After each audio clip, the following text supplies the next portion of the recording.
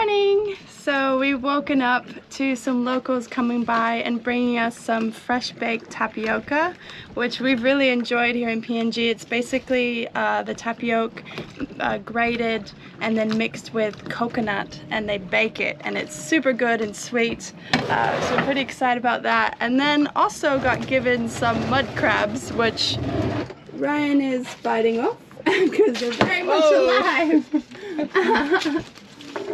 Oh. And this one's very lively. Oh. Ryan, how did they come to us? In a big Hessian bag, and I just poured them out.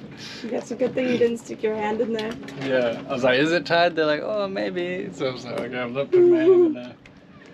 So we're gonna cook them up on the fire for lunch. And how do they catch these crabs? We haven't been able to see it because of the mosquitoes and I've been wanting them to take us to show us, and they just keep bringing us more mud crabs, but we don't actually want the mud crabs. We wanted to see how they find them and catch them. So far, just from description, they either get them out of their holes using sticks or other objects to try and force them out before grabbing them. Or they find them just under the mud. They can tell the difference in the mud that they're sitting under there, and then they can grab them. And it's mainly the women do it here, it sounds like it. So yeah, we've been trying to get them to take us, but they won't take us because it's been raining and the mosquitoes, they're scared we'll get malaria, or soft dim feet can't handle walking in the mangroves or whatever. They're really like, yeah, they don't want us to have a bad time. Yeah, we've noticed, well, we just watched the movie Lion King, and I was relating to it that I feel like they think of us like cubs, where they just, it's really sweet, but they just don't want us to get hurt, and they kind of baby us, and Dim's like, oh, it's going to be too rough for you, you know, you need to have a rest. And while it's super polite and it's their best intentions, we're like, come on, like, we want to do this. Yeah. I know we're not as strong as you, but we want to learn. So sometimes it's a bit hard to get them to actually just take us to do things, because they are like, oh, it'd be too hard for you. Yeah. No, the hike's too far. No, like, it's too cold, or it's, you know, the many reasons. I'm like, we're young and fit, but it still seems to be a bit of a push because we're Dims, so. Oh yeah, let's have some fruit with this tapioca. Yeah. Ooh. Cheers. Yummy tapioca with fresh fruit. Hey guys, welcome to Once Upon a Reef channel. We're Ryan and Poppy, a couple of adventure junkie sailors out to explore the most amazing reefs and islands in the world. We hope by documenting everything this lifestyle encompasses that we will inspire, raise awareness, and support ongoing research to do our part in protecting these natural life systems. Subscribe if you're on board, and come sail away with Skateaway.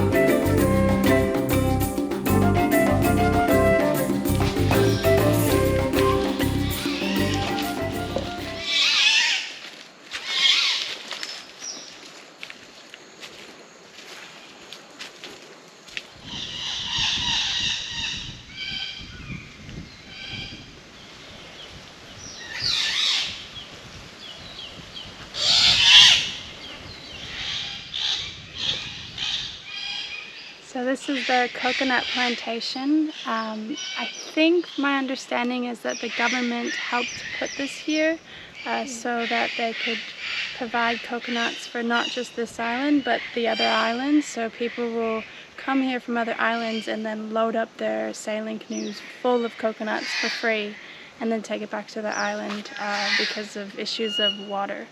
So yeah, pretty cool to see. Sailing plays a vital role in trade, community, and daily life across these islands. From a young age, children begin learning the fundamentals, often starting with simple, handmade toy sailboats.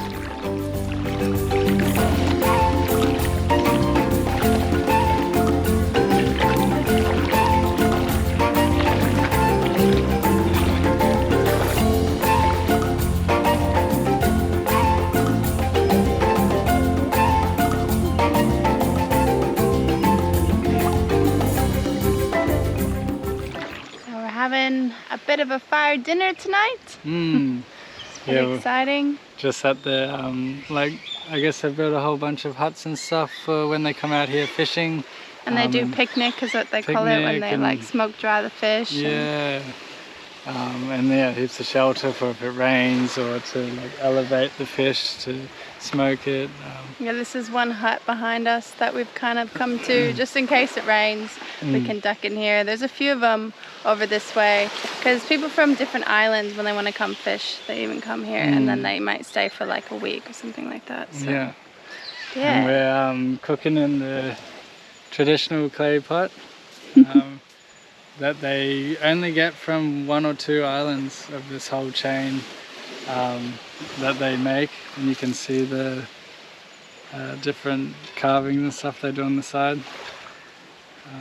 Yeah, pretty cool. So on tonight's menu we have the clay pot with a bit of lentils inside, lentils and chili. We have the ibica, which we're learning to love. We're going to cook the breadfruit. It's unripe breadfruit and you cook it straight on the fire. Same with these green bananas. And then we have a bunch of like potatoes, sweet potatoes, like local produce from the garden. Fresh coconut cream that Poppy like scraped out by hand. And then the only non-thing from here is a bit of curry paste. And the lentils technically, Oh, but and the lentils, yeah. we want a bit of protein. Yeah.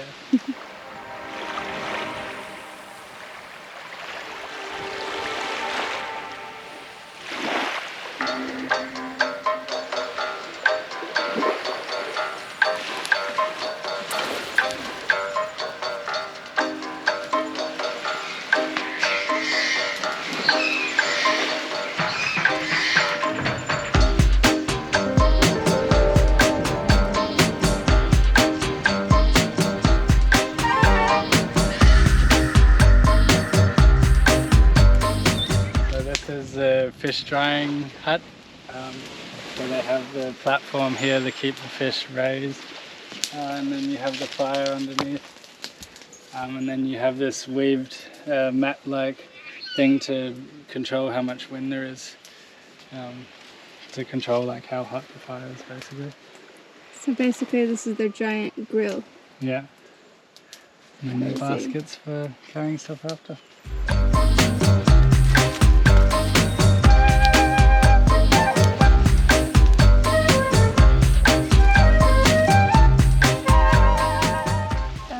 They're building what looks like a new hut. This is more like just a seating area for shade. And then over here it looks like where they'd actually would sleep. Because like I said, or we said earlier, they may come out here for a week or 2 weeks and do lots of fishing. Yeah, often months. See, they've got a whole fire that they have inside so that they stay warm, and it's pretty dark, you can't really see, but it's quite cozy in here. They're really crafty and all in here as well. I think this is all sago wood. yeah. Yeah, so they got a lot of sago trees. The sago is just such a it's kind of like the coconut tree because they use the sago, the wood for building their houses, building their canoes, but then they also eat sago. Just it's really, and they use the pandanus, or sorry, the leaves on the sago they'll use for the roof. They'll use it to start fires. Like it's just So handy.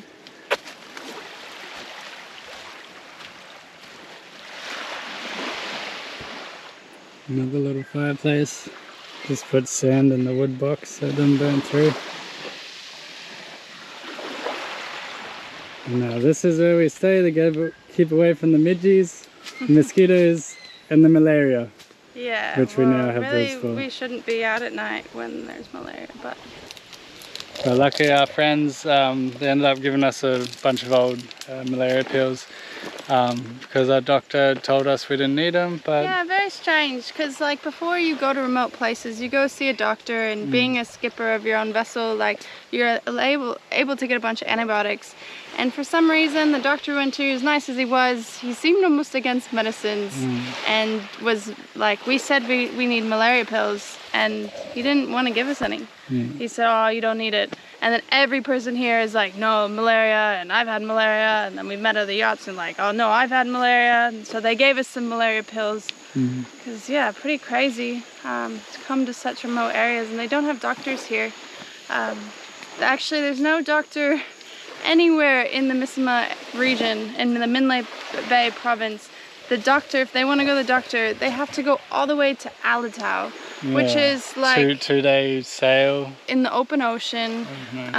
It costs them 200 one way, right? Yeah. One way and 200 back kina, which is a lot for them. They don't even realize when it's that bad. We haven't decided if it's like an ego thing that they don't want to show pain, but like a lot of people we've seen with some crazy sores, and they don't even realize like this is serious. You're probably gonna get your like leg amputated and need to go to a doctor. I think, yeah, or if they realize they just don't have a choice. Yeah, they don't have a choice because there's no doctor. Like.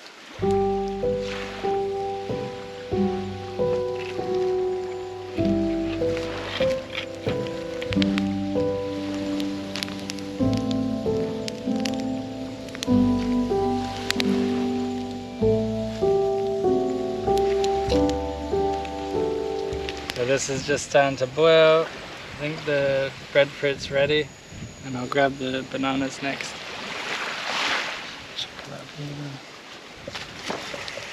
It's kind of soft, so I think it's good.